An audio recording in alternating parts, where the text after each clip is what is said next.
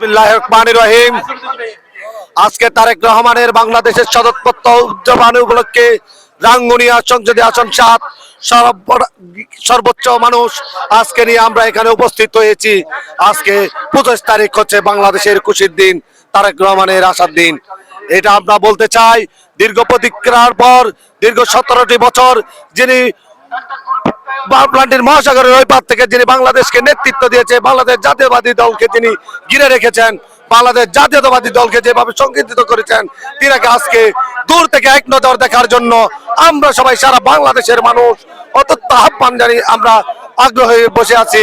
আর হচ্ছে আমরা রাঙ্গুনিয়া থেকে যারা আসছি সবাইকে একটু অনেক কষ্ট করে আসার জন্য আমরা এক নজর তারেক রহমানকে দেখার জন্য এখানে সবাই অধীর আগ্রহে অপেক্ষা করতেছি।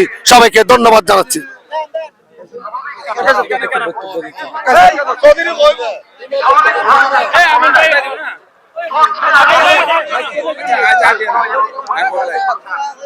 বিসমিল্লাহির রহমানির